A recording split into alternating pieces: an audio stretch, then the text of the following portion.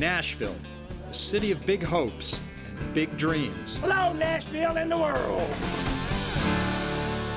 But for more than 1,000 people in the Nashville area, their hopes and dreams were stolen by this man. Barry Stokes, self-proclaimed consumer-driven man, knew exactly what to say to gain trust and clients. Also, the advent of new desktop computers makes it easier for someone to dummy up a false statement. And that's exactly what he did. Barry was the man responsible for the 401k, flexible spending, and health benefit plans for more than 35,000 people working at 800 companies. Barry was hired directly by these companies as a third-party benefit administrator, so most of his victims had never even heard of Barry Stokes. However, he was enough to their money to embezzle $19 million of it. I think that the Madoff case shows the pattern that you will find is that monies will be sent into the investment advisor, and then the monies are simply not invested, that they're diverted, and false statements will be created.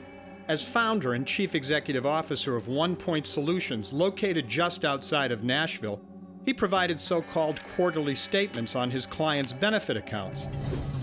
He even had a website where participants could check in on their accounts daily.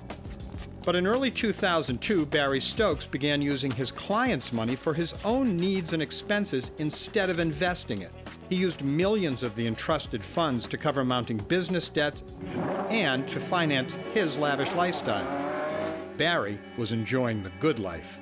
What we see at the end of the day is that most con artists are motivated by greed and selfishness.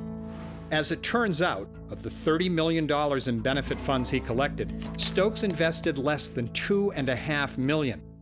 But after 4 years of successfully cheating his customers, 2 large clients decided to leave One Point Solutions. Stokes couldn't cover the funds.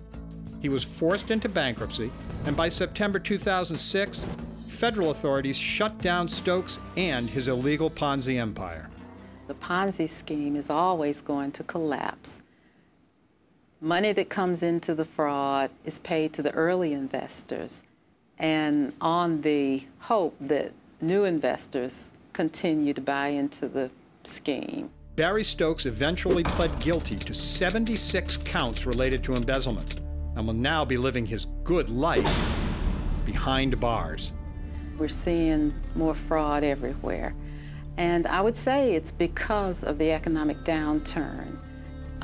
People are under tremendous financial stress. Although he wouldn't discuss his case specifically, he did give us his perspective on fraud and the growing number of scam artists. People have always had to worry about it. It's just that they weren't as aware of it, and there probably was the same amount of fraud on a percentage basis, but fewer people were investing in 401ks 20, 30 years ago. But we won't have to worry about our investments getting into the hands of Mr. Barry Stokes. He's been banned from working in the financial industry for life.